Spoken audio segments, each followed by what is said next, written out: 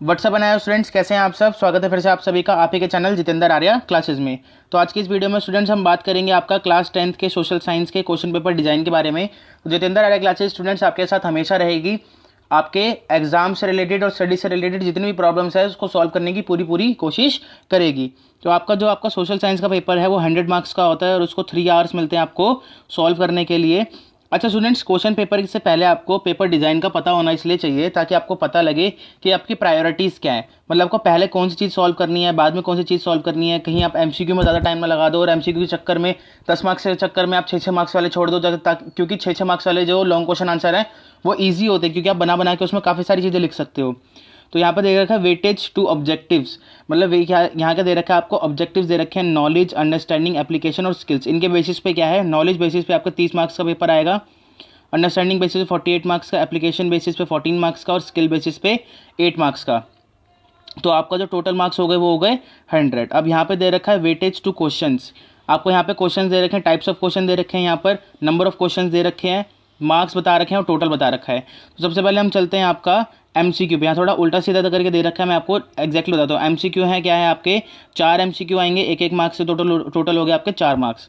Very short में क्या है, आपके 4 क्वेश्चन आएंगे 2 मार्क्स के, तो टोटल हो गए आपके 8 मार्क्स। शॉर्ट टाइप में क्या है, आपके 15 क्वेश्चन आएंगे 4 मार्क्स के, तो ये हो गए 60 मार्क्स। लॉन्ग क्वेश्चन में क्या है, आपका 4 क्वेश्चन आएंगे 5 मार्क्स के, तो ये हो गए टोटल 20 मार्क्स। अच्छा, आपका मैप स्किल क्या है, आपके 2 क्वेश्चन आएंगे 4 मार्क्स के, तो आपका टोटल हो गया मैप वर्क 8 मार्क्स का। यहाँ पे होगा आपका टोटल 100 मार्क्स का एग्जाम। अब आपको बता रखा है कि आपका मेजर एरियाज़ क्या है। यहाँ पे आपका जो वेटेज दे रखी है कंटेंट के हिसाब से, तो आपका Indian and world through the ages जो है आपका 32 मार्क्स का आएगा। Indian nature environment resources development आपका आएगा 27 मार्क्स का। डेमोक्रेसी एट वर्क जो है वो आपका 28 आएगा। और contemporary India issues and challenges ये आपका आएगा 13 का। तो India at the world of ages आपका हिस्ट्री, ज्योग्राफी और ये आपका सिविक्स, तो आपका 13 मार्क्स की, 28 मार्क्स की, 27 मार्क्स की, 32 मार्क्स की, टोटल हो गया आपका 100। तो अब आगे चलते हैं हम स्टूडेंट्स डायरेक्टली पेपर पे। तो यहाँ पे आपको पेपर में मैं बताना चाहूँगा स्टूडेंट्स कि ये जो है वो अक्टूबर 2019 का लेटेस्ट पेपर है। तो इसमें आपको कोई भी डाउट नहीं होना चाहिए कि मैं आपको सबसे लेटेस्ट पेपर के बारे में इन्फॉर्मेशन दे रहा हूँ। तो यहाँ पर क्या है आपका, this question paper consist of 29 question and 10 printed pages plus outline map of India. तो यहाँ पर क्या है, आपको 29 क्वेश्चन दे रखे हैं, 10 पेजेस दे रखे हैं और एक मैप दे रखा है आपका इंडिया का। यहाँ पर आप अपना रोल नंबर फिल करेंगे, कोड नंबर आपका ये रहा, सेट आपका ए है। तो सोशल साइंस सामाजिक विज्ञान कोड नंबर 213 हम करते हैं स्टार्ट। यहाँ पे आपका day and date of examination, जिस दिन आपका एग्जाम हो उसकी डे और डेट। यहाँ पे सिग्नेचर होंगे जो आपके क्लास इन्विजिलेटर होंगे। अब यहाँ पे कुछ जनरल इंस्ट्रक्शन है, कुछ बातों का आपको ध्यान रखना है। तो पहला है आपका कैंडिडेट, मतलब आपको क्या करना है, अपने फर्स्ट पेज क्वेश्चन पेपर पे आपको रोल नंबर लिखना है जो अभी आपने लिख दिया। सेकंड वाले में क्या है, अपने क्वेश्चन पेपर में भी वेरीफाई करना है जो टोटल नंबर ऑफ पेजेस हमने पढ़े हो, टोटल नंबर ऑफ क्वेश्चन जो है वो उतने ही हैं और सारे सीक्वेंस में है या नहीं। थर्ड है आपका कि आपको जो ऑब्जेक्टिव टाइप क्वेश्चन है उसमें ए बी सी और डी पार्ट दे रखा है, तो आप ए बी सी डी लिख के उनके सामने उसका आंसर भी लिखेंगे अपनी आंसर बुक में। और इसमें एक इन्फॉर्मेशन दे रखी है कि आपको एक्स्ट्रा टाइम नहीं दिया जाएगा। जैसे कि मान लीजिए कोई बच्चा सोचा एमसीक्यू में बाद में कर लो, 3 घंटे के बाद एक्स्ट्रा टाइम मिलेगा, तो ऐसा नहीं होता। वो अलग पेपर्स होते हैं, आपको भी 3 घंटे में पूरा पेपर करना पड़ेगा। फिफ्थ दे रखा है आइडेंटिफिकेशन मार्क, अगर आप अपनी बुक में कोई भी आइडेंटिफिकेशन मार्क बनाते हो, रोल नंबर कहीं भी लिख देते हो, फर्स्ट पेज पर रोल नंबर लिखने की जगह होती है, सेकंड पेज पर लिख दे, थर्ड पेज पर लिख दे, तो आपको डिस्क्वालीफाई कर दिया जाएगा, मतलब आपका पेपर कैंसिल कर दिया जाएगा। ये एनआईएस की पॉलिसीज़ हैं। सिक्स दे रखा है आपको अपने क्वेश्चन पेपर का जो कोड नंबर है और ये सेट ए है अपनी आंसर बुक में लिखना ज़रूरी है। 7 दे रखा है कि आपको ये क्वेश्चन पेपर जो है हिंदी इंग्लिश मीडियम में दे रखा है, बाकी लैंग्वेजेस दे रखे हैं यहाँ पे इंग्लिश, हिंदी, उर्दू, पंजाबी, बंगाली, तमिल, मलयालम, आप इनमें भी पेपर अटैम्प्ट कर सकते हैं। और अपनी आंसर शीट में आपको लिखना पड़ेगा कि आपने कौन सी लैंग्वेज चूज़ करी है। बट यहाँ पे बी पॉइंट दे रखा है आपको कि अगर आप हिंदी और इंग्लिश के अलावा कोई लैंग्वेज यूज़ करते हो तो पूरी रिस्पॉन्सिबिलिटी और एरर मिस्टेक्स की, मान लो कोई पेपर चेक कर रहा है उसको समझ नहीं आया, आपने आपने गुजराती में लिख दिया उसको समझ नहीं आया तो उसने वो काट दिया, तो रिस्पॉन्सिबिलिटी जो होगी वो सिर्फ आपकी होगी। तो यहाँ पे हिंदी में लिख रखे हैं स्टूडेंट्स, आप इसको आराम से पढ़ सकते हैं। अब हम आगे चलते हैं डायरेक्टली पेपर पे। तो पेपर यहाँ पे आपका स्टार्ट हो गया। सोशल साइंस सामाजिक विज्ञान 213, आपको 3 घंटे मिलेंगे, 100 मार्क्स का पेपर होगा आपका। तो यहाँ पे आप फर्स्ट पॉइंट दे रखे हैं, आपको सारे क्वेश्चन करने जरूरी हैं और सभी क्वेश्चंस के आगे उनके मार्क्स दे रखे हैं वो कितने मार्क्स के हैं। तो एमसीक्यू चॉइस के लिए आपको क्या करना है, राइट ऑप्शन चुनना है और अपने आंसर बुक में उसको लिखना है।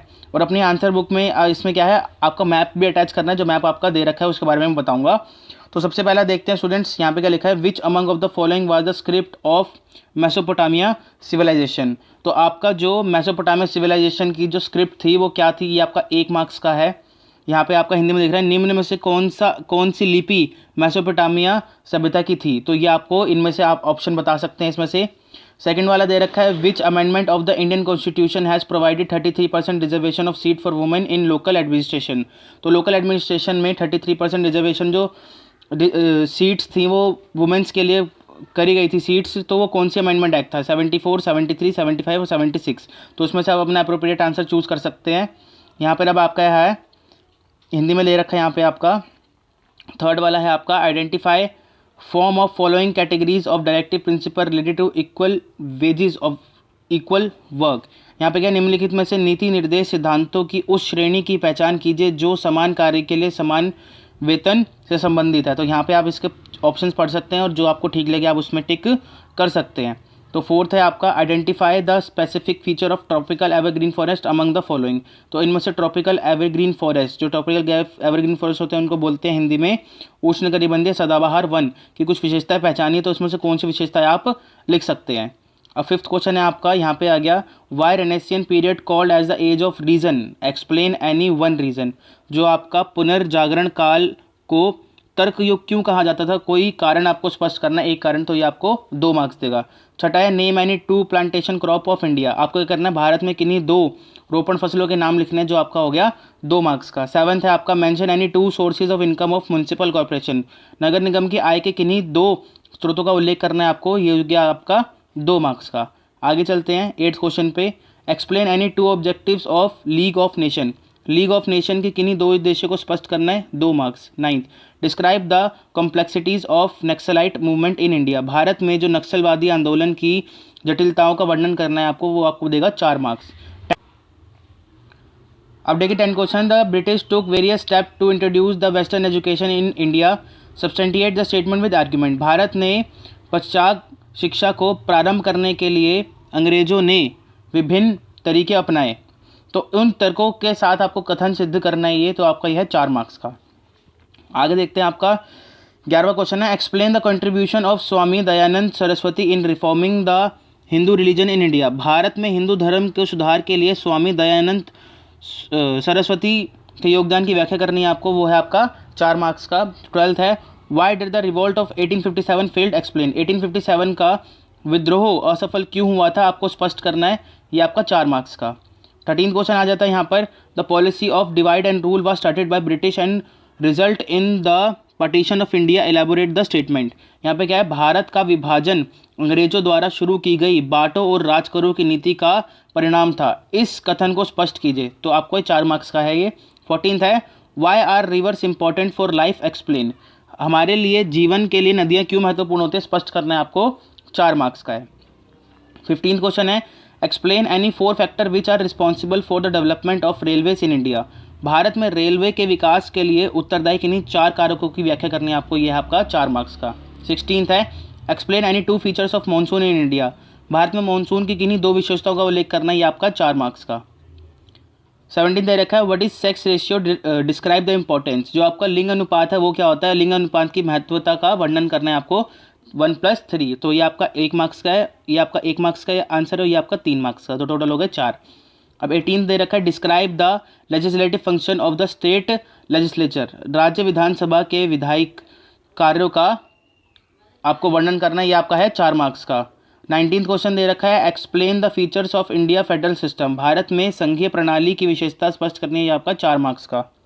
20वां दे रखा है, explain the features of supreme court in India, functions of supreme court in India. तो भारत में सर्वोच्च न्यायालय के कार्य की व्याख्या करनी है आपको, ये 4 मार्क्स का। उसके बाद 21st क्वेश्चन आ गया, explain the role of public opinion in democracy. लोकतंत्र में जनमत की भूमिका को स्पष्ट करना है, 4 मार्क्स। 22वां, how are pressure group different from the political parties, explain. जो राजनीतिक दल हैं वो किस प्रकार दबाव समूह से भिन्न होते हैं, ये स्पष्ट करना है आपको, 4 मार्क्स का। अब देखिए 23rd पार्ट है, इसमें describe corruption as a challenge to the Indian democracy, भारतीय लोकतंत्र के लिए भ्रष्टाचार एक चुनौती के रूप में वर्णन करना है आपको, ये आपका 4 मार्क्स का। 24वां describe the teaching of Buddhism, Buddhism की शिक्षाओं का वर्णन करना है आपको, 5 मार्क्स का है आपका ये। 25वां क्वेश्चन आ जाता है आपका है explain the fascinating except of Indo Islamic architecture in medieval India, जो मध्यकालीन भारत में हिंदू इस्लामी वास्तुकला के आकर्षक पहलुओं को स्पष्ट करना है आपको, यह है आपका 5 मार्क्स का। 26वां right to freedom of religion is an important fundamental right in the Indian constitution, analyse the statement, धर्म की स्वतंत्रता का अधिकार एक भारतीय संविधान का एक महत्वपूर्ण मौलिक अधिकार है, इस कथन का आपको विश्लेषण करना, यह आपका है 5 मार्क्स का। आगे चलते हैं आपको 27वें क्वेश्चन पे, यहाँ पे है explain the concept of sustainable development as an alternative model to stop environmental degradation, सतत विकास की अवधारणा एक विकल्प है जो पर्यावरण संरक्षण को रोकता है, व्याख्या करनी है आपको, यह है आपका 5 मार्क्स का। 28वां है in the given political outline of the India mark and label the following with appropriate symbols, यहाँ पे आपको क्या करना है, आपको मैप दे रखा है और आपको ये चीज़ें दे रखी हैं, जैसे झक्कर रेंज दे रखी है, नर्मदा रिवर दे रखी है, major wheat production area of Uttarakhand और काजीरंगा वाइल्ड लाइफ सेंचुरी, तो ये आपको क्या करना है, इस मैप में फिल करना है। यहाँ पे आपको मैप दिखा देता हूँ मैं, ठीक है, आपका लास्ट में दे रखा है ये मैप, आपका ये डिटैचेबल है, आप इसमें फिल करोगे तो इसमें आपको ऑप्शन दे रखे, ये आपको खुद फिल करना है। तो यहाँ पर आपका लिखा हुआ है मैप फॉर क्वेश्चन नंबर 28, तो क्वेश्चन नंबर 28 का मैप आपका लास्ट में दे रखा है, उसके बीच में आपके 2 क्वेश्चन और आते हैं। 29 देखते हैं, 28 आपका यहाँ पे खत्म हो गया, अब यहाँ पे आ गया आपका 29th question, identify and write in your answer book the correct name of 4 major sea ports in of India markets ABCD in given political outline of the map. आप क्या करना है, मेजर सी पोर्ट मतलब यहाँ पर क्या देगा, भारत के राजनीतिक रेखामित्र में भारत के 4 प्रमुख बंदरगाहों ABCD को आपको रेक करना है। तो यहाँ पर क्या है, इसके लिए अलग मैप दे रखा है, तो यहाँ पर आप देख सकते हैं आपका A B C और D, तो जैसे जैसे आपको आता है आप इसको फिल कर देंगे, ठीक है। अब यहाँ पर एक क्वेश्चन है कि following question are for the visually impaired candidates, मतलब जो नेत्रहीन स्टूडेंट हैं तो उनके लिए है आपका। तो question number 28 29 answer to the question must not be more than 1 sentence, यहाँ पे 1 सेंटेंस से ज़्यादा नहीं होना चाहिए, तो उनके लिए मैप नहीं है, उनके लिए ये क्वेश्चंस हैं। तो name 2 wild life sanctuaries in Uttarakhand, name any 2 peninsular rivers in India, name any 2 states having Himalaya vegetation, name any 2 major sea ports located in western coast of India. तो यहाँ पर आपका ये हिंदी में लिखा हुआ है स्टूडेंट्स, आप इसको पढ़ सकते हैं आराम से। तो इस तरीके से स्टूडेंट्स यहाँ पे आपका जो पेपर है वो ख़त्म हो जाता है, और आई होप आपको हमारी वीडियो अच्छे से समझ आ गई होगी। अगर आपको वीडियो समझ है स्टूडेंट्स तो प्लीज़ वीडियो को लाइक कीजिए, शेयर कीजिए, इससे क्या मिलता है स्टूडेंट्स, हमें मोटिवेशन मिलता है, ये हमारे लिए बहुत ज़रूरी होती हैं। अच्छा, अब कमेंट करने से आपका बेनिफिट ये होगा कि आपको और पेपर्स की वीडियोस मिलेंगी, और आप ये श्योरिटी से के साथ कह सकता हूँ कि आप पेपर में अच्छा स्कोर करोगे। और सब्सक्राइब करने से भी आपको स्टूडेंट्स बहुत फ़ायदा होगा, सब्सक्राइब करने से ये होगा कि आपके पास जो भी वीडियो होगी सबसे पहले आ जाएगी। तो please like share comment subscribe and press bell icons also. तो थैंक्स।